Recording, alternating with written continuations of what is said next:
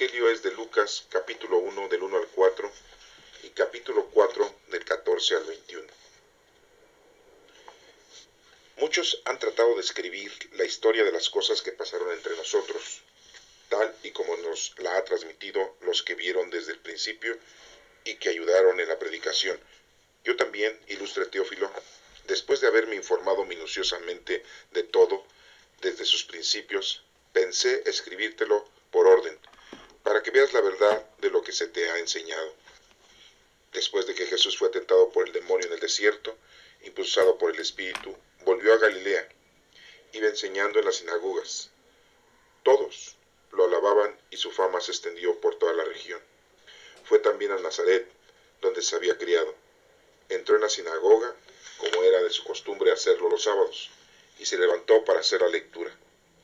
Se le dio el volumen del profeta Isaías, lo desenrolló y encontró el pasaje en que estaba escrito: El Espíritu del Señor está sobre mí, porque me ha ungido para llevar a los pobres la buena nueva, para anunciar la liberación a los cautivos y la curación a los ciegos, para dar libertad a los oprimidos y proclamar el año de gracia del Señor.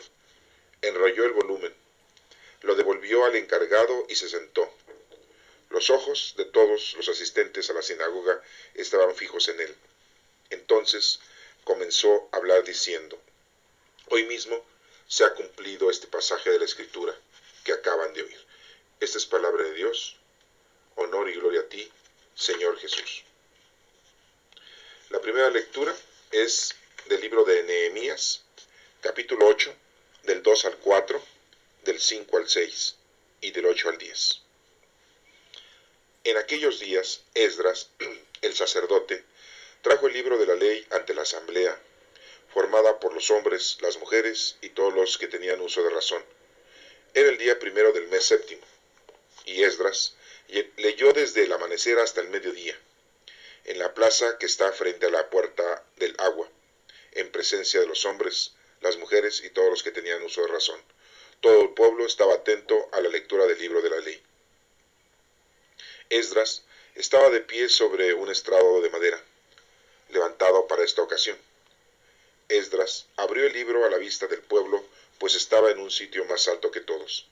Y cuando lo abrió, el pueblo pues estaba en un sitio más alto que todos, y cuando lo abrió el pueblo entero, se puso de pie. Esdras bendijo entonces al Señor, el gran Dios, y todo el pueblo, levantando las manos, respondió amén. E inclinándose, se postraron rostro en tierra. Los levitas leían el libro de la ley de Dios con claridad y explicaban el sentido, de suerte que el pueblo comprendía la lectura. Entonces, Nehemías el gobernador, Esdras el sacerdote y escriba, y los levitas que instruían a la gente dijeron a todo el pueblo: Este es un día consagrado al Señor nuestro Dios. No estén ustedes tristes ni lloren, porque todos lloraban al escuchar la palabra de la ley. Vayan a comer espléndidamente, tomen bebidas dulces y manden algo a los que nada tienen, pues hoy es un día consagrado al Señor nuestro Dios. No estén tristes, porque celebrar al Señor es nuestra fuerza. Esta es palabra de Dios. Te alabamos, Señor. La segunda lectura es tomada del libro de la primera carta del apóstol San Pablo a los Corintios, capítulo 12, del 12 al 30. Hermanos, así como el cuerpo es uno y tiene muchos miembros, y todos ellos, a pesar de muchos, forman un solo cuerpo, así también es Cristo. Porque todos nosotros, seamos judíos o no judíos, esclavos o libres, hemos sido bautizados en un mismo espíritu, para formar un solo cuerpo, y a todos se nos ha dado de beber el mismo espíritu. El cuerpo no se compone de un solo miembro, sino de muchos. Si el pie dijera: no soy mano, entonces no formo parte del cuerpo. Dejaría, por esto, de ser parte del cuerpo. Y si el oído dijera: puesto que no soy ojo, no soy del cuerpo, dejaría por eso de ser parte del cuerpo. Si todo el cuerpo fuera ojo, ¿con qué oiríamos?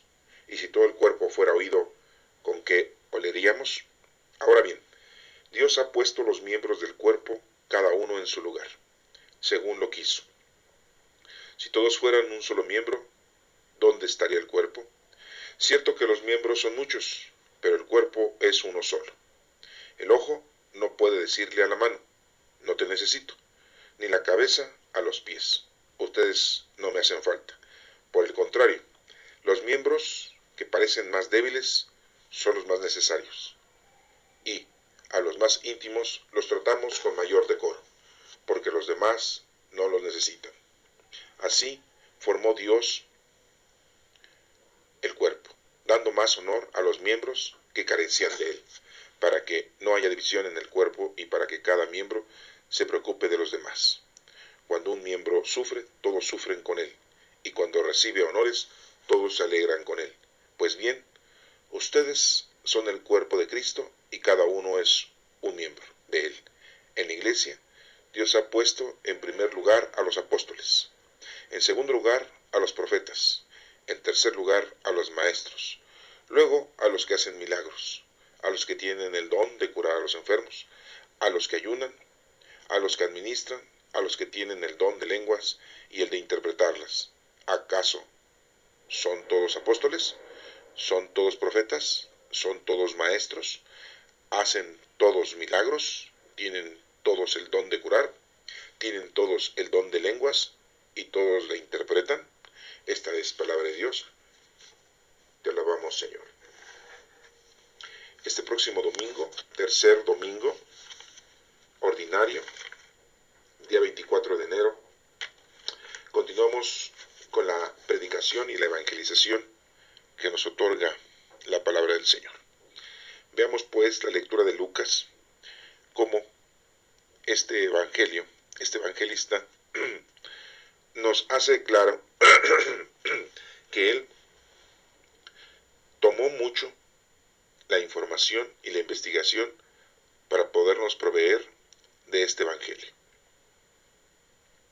Nos menciona que muchos han tratado de escribir la historia de las cosas que pasaron entre nosotros, así lo dice, tal como nos la transmitieron los que vieron desde el principio y que ayudaron a la predicación. Lucas sabía que los discípulos habían llevado la predicación, que habían llevado el mensaje de la salvación a la gente, y que alguno de ellos pues había escrito, como Juan, como Mateo. Así lo menciona él, y que pues desde el principio ellos sí estuvieron con nuestro Señor Jesucristo. En cambio Lucas no estuvo con nuestro Señor Jesucristo.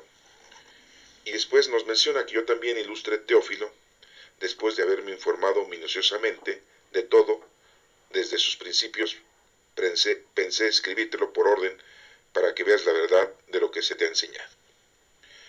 Aquí nos menciona Lucas que le está escribiendo a un amigo llamado Teófilo. Y por cierto, la palabra Teófilo significa amigo de Dios. Teo, Dios, filo, amigo. Teófilo, amigo de Dios. Y Lucas le escribe a este amigo que ya le ha predicado, que ya lo ha evangelizado, y quiere otorgarle esta información de esta parte del evangelio, mencionándolo a él, pero en realidad menciona a todos aquellos que somos amigos de Dios esta información, y dice que lo escribe ya que se ha informado minuciosamente de todo. Aquí muy claramente Lucas lo dice. Lucas no lo vio, no lo vivió, se informó, investigó, estudió, y de esta manera llevó la predicación, llevó la información a todos los demás hasta nuestros días. Y por eso dice que pensó escribírselo en orden cronológico, para que lo tuviéramos nosotros también presente.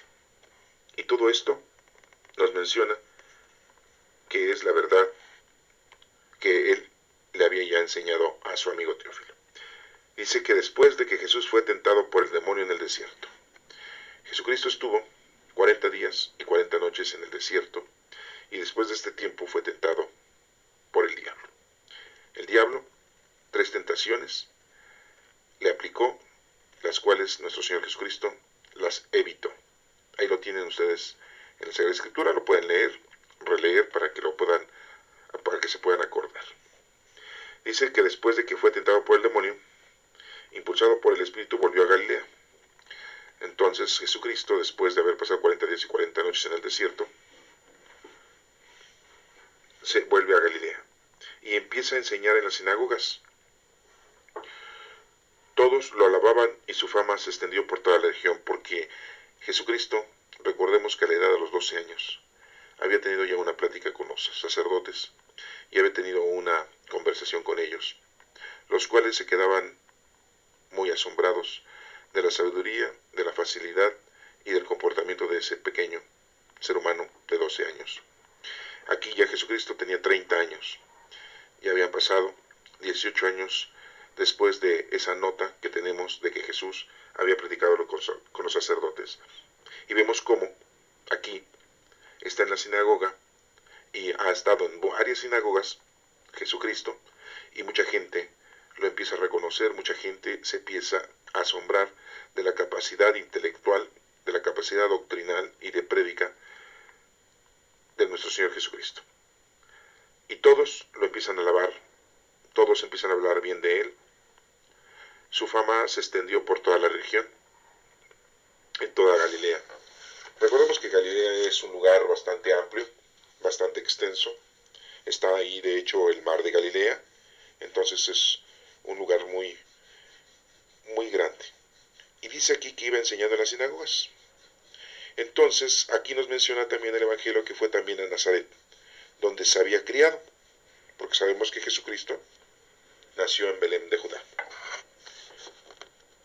Y cuando nace, salen huyendo hacia Egipto por cuestión de que los quería matar Herodes el Grande a Jesucristo. Un ángel los guía, un ángel los aconseja, los saca de Belén, se van a Egipto, y cuando muere Herodes, se regresan, pero ya no regresan a Belén. Ahí solamente habían ido a pernoctar, habían ido a visitar esa ciudad, porque eran oriundos de ahí José y María, desde su infancia, pero se habían ido a vivir a Nazaret. Entonces ya vivían en Nazaret y ya no se quedaron en Belén. No tenía caso que se quedaran ahí. No tenían casa, no tenían carpintería José, y tenían que regresar a Nazaret. Aquí nos menciona que Jesucristo, después de haber ido a Galilea, va también a ese pueblo de Nazaret, en donde había sido criado. Entró en la sinagoga, ahí en Nazaret, como era de costumbre. ¿Qué días entran a la sinagoga los judíos? El sábado, es el séptimo día. Recuerden que el primer día de la semana para los judíos es el domingo. Para nosotros, ya en el occidente, los cristianos actuales, decimos que el primer día de la semana es lunes, pero en realidad el primer día de la semana es domingo. El séptimo día es sábado. Jesucristo llega a Nazaret, entra a la sinagoga en un día sábado por la mañana y se levanta para hacer la lectura. Le otorgan a él la oportunidad de continuar predicando y llevando a cabo esa lectura y esos consejos que daba, ya que toda la gente los escuchaba y empezaba él a hacerse famoso. Se le dio el volumen del profeta Isaías, uno de los profetas mayores. Tenemos algunos profetas mayores que son Jeremías, Isaías, Daniel, Ezequiel. En ese caso, le dieron el libro de Isaías. Lo desenrolló. Los libros antes eran rollos, no son libros ahora empastados de hoja por hoja, eran rollos. Desenrolló el libro y encontró el pasaje que estaba escrito lo siguiente. Ahí lo dice: el Espíritu del Señor está sobre mí. ¿Se acuerdan de cuándo estuvo el Espíritu del Señor sobre Jesucristo? En el río Jordán, cuando se abrió el cielo, cuando dijo: este es mi Hijo amado, al que tengo mis complacencias, y volaba una paloma sobre la cabeza de nuestro Señor Jesucristo. Aquí la escritura del libro de Isaías dice: el Espíritu del Señor está sobre mí, porque me ha ungido para llevar a los pobres la buena nueva. Ungido es lleno, es untado, es repleto. para llevar a los pobres la buena nueva, para anunciar la liberación a los cautivos, o sea, para predicarle a las personas que necesitan del conocimiento. También para anunciarle la liberación a los cautivos, para aquellos que están oprimidos, que tienen depresión, que están alejados del Señor, también les lleva esa liberación. Y la curación a los ciegos. Recordemos que Jesucristo hizo varios milagros, pero no solamente los curaba de la vista. ¿Se acuerdan de aquel ciego de nacimiento que estaba en el templo, que le dijo Jesús, después de haberle puesto lodo en los ojos, que se fuera a lavar a la pileta de Siloé, y recobró la vista? Y muchos otros ciegos más, que les devolvió la vista. Pero no solamente les devolvió la vista de una forma física, sino también espiritual. A todas aquellas personas que no lo conocían, al predicarles, Él los conoció, ellos lo conocieron, y mutuamente el conocimiento se hizo presente en las cosas del Señor. Los ciegos no solamente son físicos, sino también espirituales. Aquellas personas que no conocen a Dios están ciegas. Aquellas personas que no predican están ciegas. Aquellas personas que no entienden las cosas de Dios están ciegas. Aquellas personas que no aman a Dios están ciegas. Para dar libertad a los oprimidos, dice, y programar el año de la gracia del Señor. Cada año se tiene que programar la gracia del Señor. Así decía el libro de Isaías. Jesucristo terminó de leerlo, enrolló el volumen, el libro, se lo devuelve al encargado de resguardar los libros, los rollos, y se sentó. Nos menciona la lectura que todos los ojos de los que estaban ahí en la sinagoga estaban esperando, viéndolo, a ver qué decía, cuál era la prédica, cuál era el consejo, cuál era la explicación de la lectura después de haber escuchado que el Espíritu del Señor estaba sobre mí. Querían escuchar qué es lo que Jesucristo iba a predicar.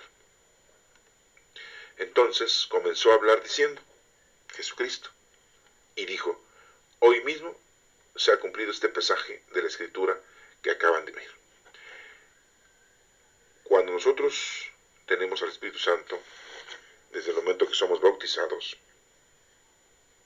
tenemos los poderes, los dones, que son muchos, y con los cuales nosotros debemos de llevar a cabo el trabajo que se nos ha encomendado a cada uno de nosotros.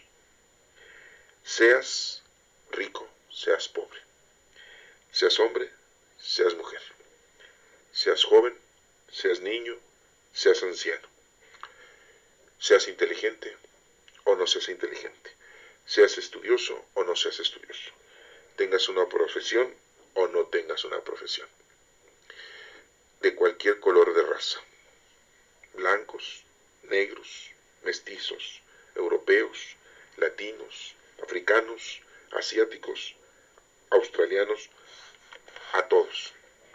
El Espíritu Santo, cuando lo hemos tenido, que lo hemos recibido, tenemos la fuerza de Dios dentro de nosotros, con la cual debemos de llevar a cabo nuestra actividad para salvarnos, para salvar a los demás. Entonces es muy importante que notemos que esta lectura de hoy refleja que así como nuestro Señor Jesucristo recibió el Espíritu Santo, así lo hemos recibido nosotros en el bautismo, y así como Él se puso a trabajar en las cosas de Dios, nosotros también nos debemos de poner a trabajar en las cosas de Dios. No podemos decir que no lo sabemos, no podemos decir que no tenemos ningún don. Todos tenemos dones, unos tienen 1, 2, 3, 4, 5, muchos no sabemos. Cada uno de nosotros conoce los dones que tenemos, las facilidades que tenemos para desenvolver y llevar a cabo lo que el Señor quiere que nosotros hagamos para bien de los demás. Leamos el libro de Nehemías,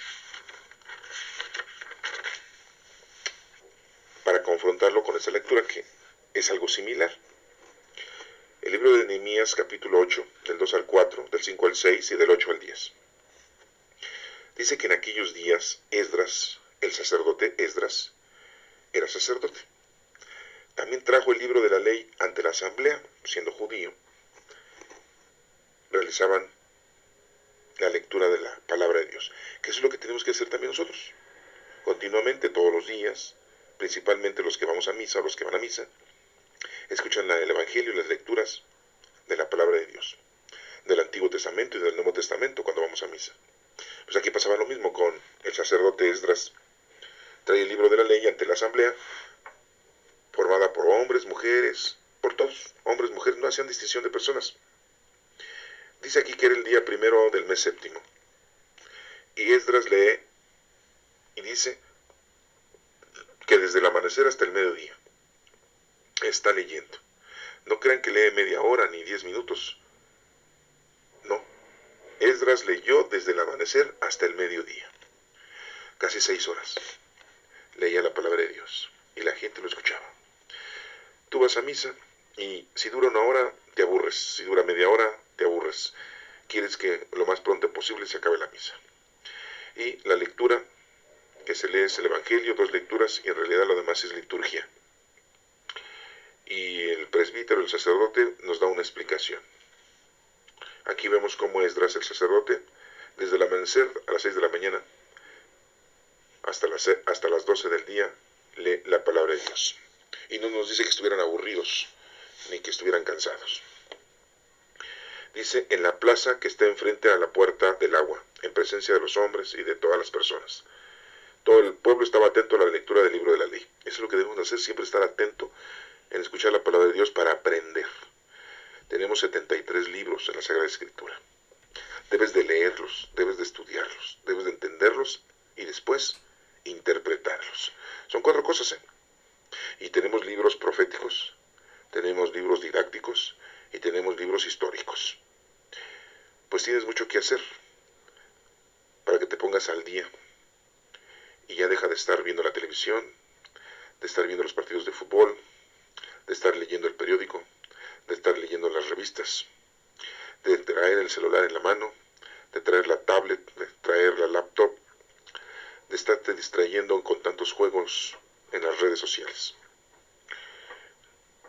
Debes de hacer a un lado, no es que no lo hagas, sino debes de darle la oportunidad a tu vida de aprender las cosas importantes que el Señor quiere que tú conozcas.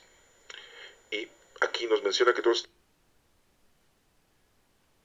estaban atentos a la lectura del libro de la ley.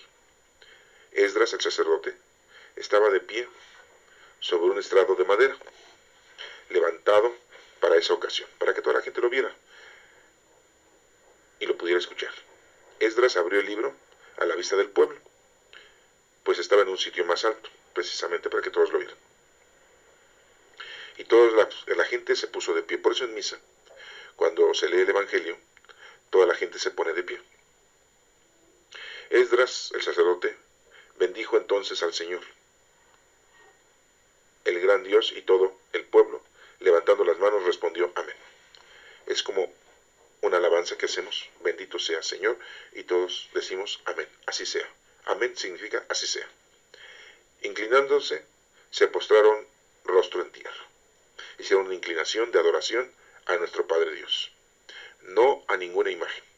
No te debes de hincar ante ninguna imagen, no debes de besar ninguna imagen, no debes de adorar ninguna imagen, de ninguna índole, ni los santos, ni las santas, ni los ángeles, ni a nuestra Santísima Madre. Al único que le debes de adorar, hincar y alabar es a nuestro Padre Dios. A ninguna imagen, recuérdalo. Y dice aquí, se postraron rostro a tierra. Los levitas eran los que conocían la palabra de Dios, la ley, leían el libro de la ley de Dios con claridad y explicaban el sentido. Esos eran los levitas, a eso se dedicaban, a escuchar, a leer y a explicar la palabra de Dios, de una manera sencilla, para que la gente lo entendiera. Eso es lo que tienen que hacer los presbíteros, los pastores, los sacerdotes, los guías espirituales. de suerte que el pueblo comprendía la lectura. Si te la explican, la entiendes. Entonces Nehemías, el gobernador, Esdras, el sacerdote y escriba, y los levitas que instruían a la gente dijeron a todo el pueblo: este es un día consagrado al Señor, nuestro Dios. No estén tristes ni lloren, porque la gente al escuchar la palabra de Dios le daba sentimiento, se arrepentía, lloraban.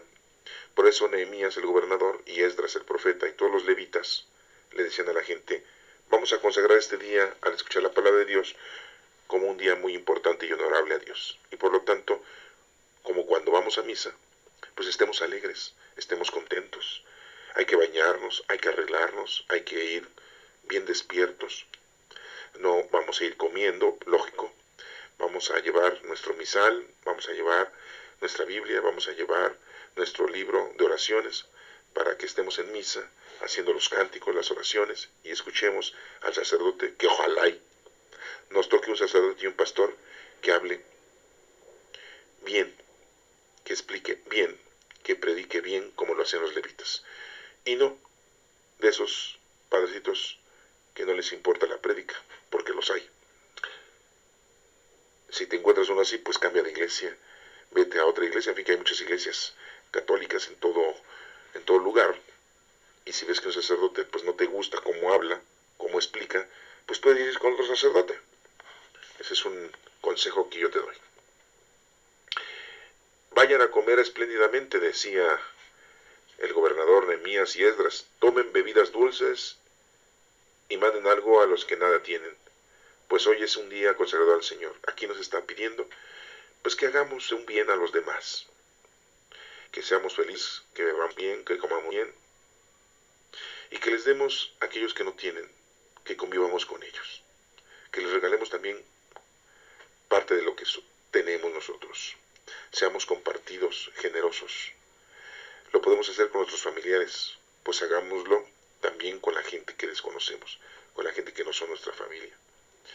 Y dice muy claramente, pues hoy es el día consagrado a Dios, no estén tristes, porque celebrar al Señor es nuestra fuerza. De esa manera, cuando ayudamos a los demás, cuando estamos contentos, cuando ponemos atención en las cosas de Dios, verdaderamente ahí estamos demostrándole a nuestro Padre Dios que lo amamos. En la lectura de la primera carta de Pablo a los Corintios, capítulo 12, de 12 al 30, nos menciona lo siguiente: hermanos, así como el cuerpo es uno y tiene muchos miembros, y todos ellos, a pesar de ser muchos, forman un solo cuerpo, así también Cristo. Así empieza la explicación de esta lectura. Todos somos parte del cuerpo de Cristo. Cristo es la cabeza. Y nos empieza a mencionar aquí, porque todos nosotros, seamos judíos o no judíos, esclavos o libres, hemos sido bautizados en el mismo Espíritu. Todos somos hijos de Dios, todos los seres humanos, los indígenas, los indios, los chinos, todos, los de América, los de África, los de Europa, los de Asia, los de Australia, todos somos hijos de Dios. Güeros, morenos, negros, apiñonados, de todos somos hijos de Dios. Chaparros, gordos, altos, todos somos hijos de Dios. Todos formamos parte de Dios. Y más si ya estamos bautizados, porque ya hemos recibido al Espíritu Santo. Dios no hace distinción de personas.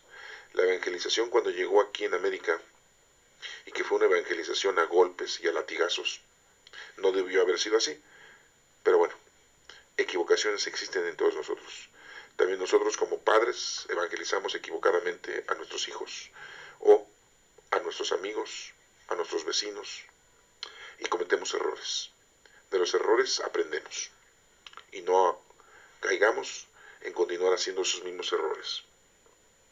Aquí nos menciona que el cuerpo no se compone de un solo miembro. Pues no. ¿Cuántos miembros tiene el cuerpo? Muchos. Y nos hace una referencia, puesto que no soy ojo, no soy del cuerpo, dejaría de eso ser parte del cuerpo. Si todo el cuerpo fuera ojo, ¿con qué oiríamos? Pues lógico, ¿no? Y nos empieza a hacer una explicación con respecto a cada una parte de nuestro cuerpo. Yo quiero preguntarles a ustedes, ¿Qué parte del cuerpo quieren ser? Un pie, para caminar y llevar la palabra de Dios a los demás. Una mano, para ayudar a los demás. Un dedo, para poder señalar la grandeza del Señor que hace en los demás. Quieren ser un oído, para escuchar la palabra de Dios, analizarla y entenderla. Quieren ser la boca, para poder llevar la doctrina de Cristo y la palabra de Dios al más necesitado. Quieren ser los ojos, para ver la grandeza y los milagros del Señor que cada día a nosotros nos otorga y a la gente también. ¿Quieren ustedes ser una espalda? ¿Quieren ser ustedes una pierna? ¿Quieren ser una rodilla? ¿Quieren ser una uña? ¿Quieren ser un cabello, una ceja, una pestaña? ¿Qué quieren ser ustedes? Todo tiene un significado en las cosas del Señor. Ojalá y no vayan a querer ser ustedes las infecciones, ni los parásitos, ni las bacterias de un cuerpo, porque eso es lo equívoco y lo malo. No nos menciona otra cosa más que todas las partes del cuerpo que son muy necesarias, pues es así. Y nos menciona que cuando una parte de un cuerpo sufre, pues todo el cuerpo sufre. Todos los miembros del cuerpo sufren con él. Y cuando recibe honores, satisfacciones, pues todo el cuerpo recibe también esas satisfacciones. Pues así pasa lo mismo, dice, en la iglesia. Dios ha puesto en primer lugar a los apóstoles. Bueno, pero antes de que lleguemos a esa parte, nos menciona muy claramente que todos nosotros son el cuerpo de Cristo y cada uno es el miembro de él en la iglesia. Entonces, seamos una parte del cuerpo de Cristo, una parte del cuerpo que esté funcionando bien. No seamos higaditos. Entonces, aquí nos menciona también que Dios pone en primer lugar a los apóstoles, que es la asamblea, los 12 apóstoles, la primera iglesia.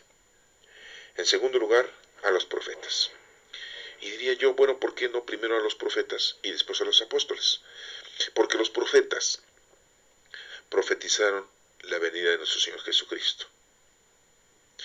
Y cuando llega nuestro Señor Jesucristo, le da la primicia a los primeros apóstoles. Primero fueron discípulos, después apóstoles. Y son 12, reemplazando a Judas Iscariote con el apóstol Matías. Son 12. Y forman la primera asamblea, forman la primera iglesia, porque la iglesia somos nosotros. La iglesia no son los templos físicos. Y le decimos iglesia por decirlo o denominarlo la casa del Señor, pero la iglesia somos nosotros. Nosotros somos templos vivos del Espíritu Santo. El Espíritu Santo ya vive en nosotros desde que fuimos bautizados, desde que estábamos pequeños. Y aunque nos vuelvan a bautizar en otra iglesia, y aunque nos digan en otra iglesia cosas diferentes, ya nosotros hemos recibido al Espíritu Santo una sola vez y para siempre. No, ni nadie lo puede cambiar, porque Dios ya está dentro de nosotros. Primero aquí dice que a los apóstoles los deja como en primer lugar. No, le dice que primero existieron los profetas, pero a los apóstoles se les da ese primer lugar, porque ya se cumplió la profecía de todos los profetas. Por lo tanto, Jesucristo, aquí Lucas nos dice que Jesucristo acaba de aclarar muy claramente, Dios ha puesto en primer lugar a los apóstoles, en segundo lugar a los profetas, en tercer lugar a los maestros, pero no los maestros de escuela, a los maestros levitas, a los maestros que conocen la palabra de Dios. Luego a los que hacen milagros. Los que hacen milagros, dirían ustedes, bueno, pues que los milagros no los hace Dios. Recordemos que la acción de un milagro es la actividad que se lleva a cabo hacia los demás. Si tú cuidas a un enfermo, haces todo lo posible para que ese enfermo sane, para que ese enfermo esté bien, viva bien, entonces la acción de Dios se hace presente por medio de tus manos, por medio de tu trabajo. Y eso es un milagro. Los milagros no los hacen las personas.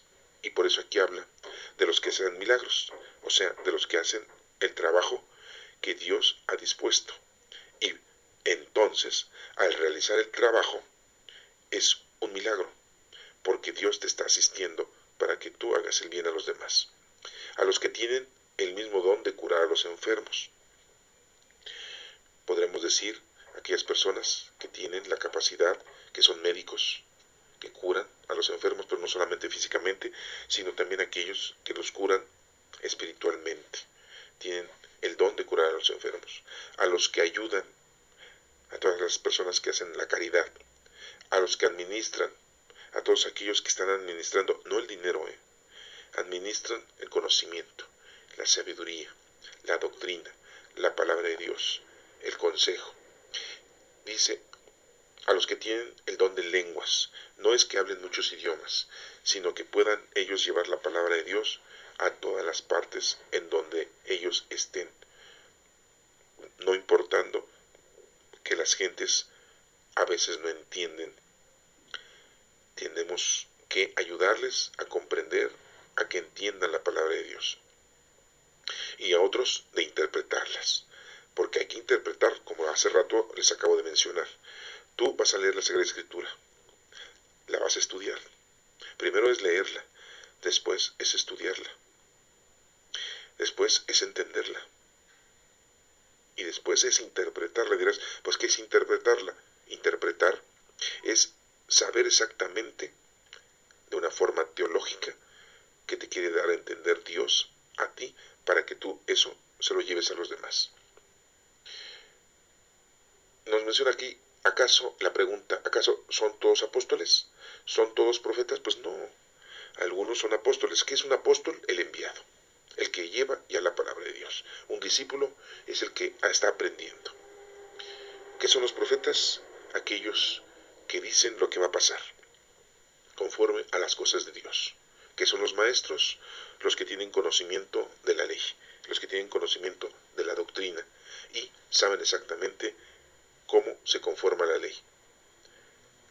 Todos aquellos que hacen milagros son aquellos que hacen las cosas, las obras de caridad, espirituales y corporales. Y ahí se hace un milagro, porque ahí se hace la voluntad de nuestro Padre Dios. Los que curan, los médicos, los que hablan en lenguas y los que interpretan, como lo hemos mencionado. Esta lectura de la carta de Pablo a los Corintios les hace una invitación a aquellos, para que no se crean que están separados de Dios, para que entiendan que todos somos parte de ese cuerpo místico. Jesús es la cabeza, nosotros somos sus miembros, todos, y tenemos todos al Espíritu Santo.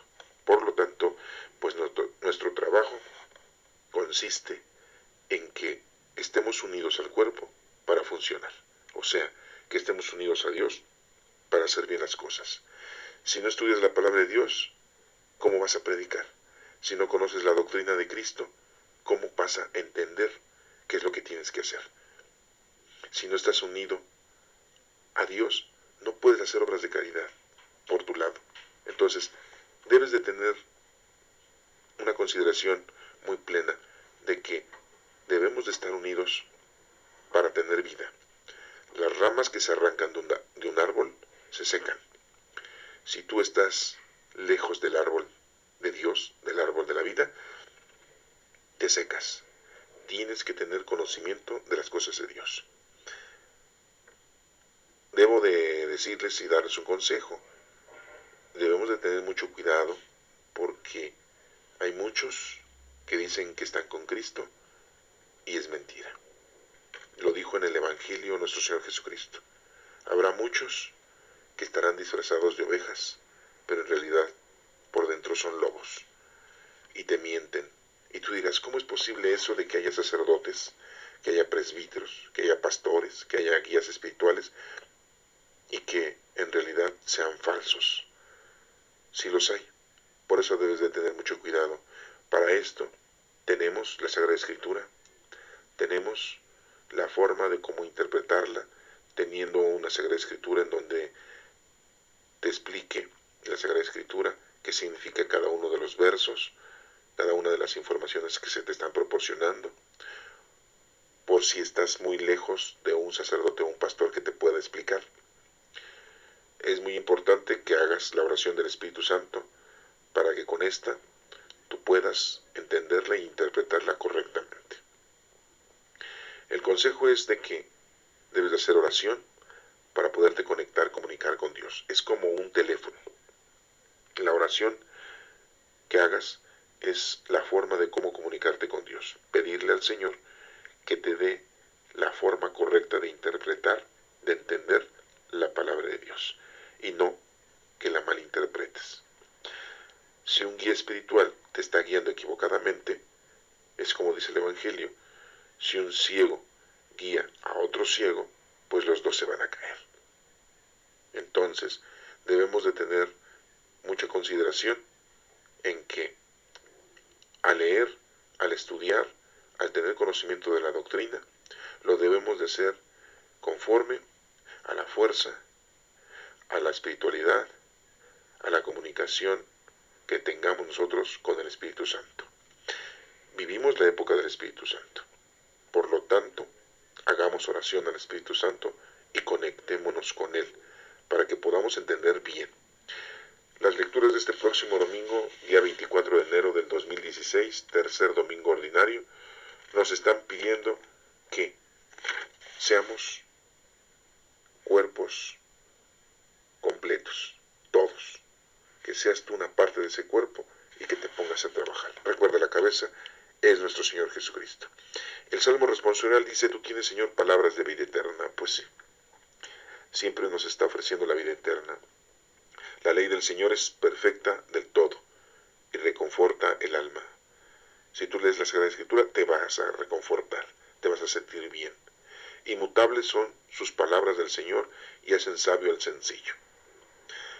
Tú a lo mejor te sientes que no tienes una preparación, que no estudiaste, pero a eso no, Dios no le interesa. Tú puedes leer la Sagrada Escritura, puedes hacer oración y para ti te va a llenar el Espíritu Santo de conocimiento e inteligencia. En los mandamientos del Señor hay rectitud. Recuerda que los mandamientos de Dios son para ti, para que te ayuden y no son para que te condenen. Los mandamientos son para que tú entiendas qué es y cómo debes de hacer las cosas. Y la alegría para el corazón debe de ser esos mandamientos y no lo contrario. Hay mucha gente que sufre porque dice que ha cometido muchos pecados, que ha violado muchos mandatos, y no. Son luz los preceptos del Señor, sí, la ley. Los preceptos te aclaran, te dan una luz, te sacan de tus tinieblas, de tus errores, de tu ignorancia, para alumbrar el camino, para que el camino en la vida lo vayas teniendo tú de una manera perfecta, sana y feliz. La voluntad de Dios es santa y para siempre estable. Los mandamientos del Señor son verdaderos y eternamente justos. Dios es el único justo. No hay nadie más justo más que Dios. Que sean gratas las palabras de mi boca y los anhelos de mi corazón. Ah, Señor, que siempre te busque. Es lo que le pedimos, le debemos de pedir siempre a Dios. Que siempre estemos buscándole, que siempre estemos unidos a Él, porque es la única manera de ser felices. Pues eres mi refugio y mi salvación. No hay otra salvación y no hay otro refugio lejos de Dios. ¿Quieres salvarte? Tienes que llegar a Dios. La única puerta es Cristo. Pidámosle entonces, este próximo domingo, que estemos siempre unidos con Dios. Y recuerda que la única oración, la más importante, es la oración del Padre Nuestro. E invoca al Espíritu Santo para que con Él podamos entender y entiendas la verdadera misión que Dios ha dispuesto en ti. Que Dios te bendiga.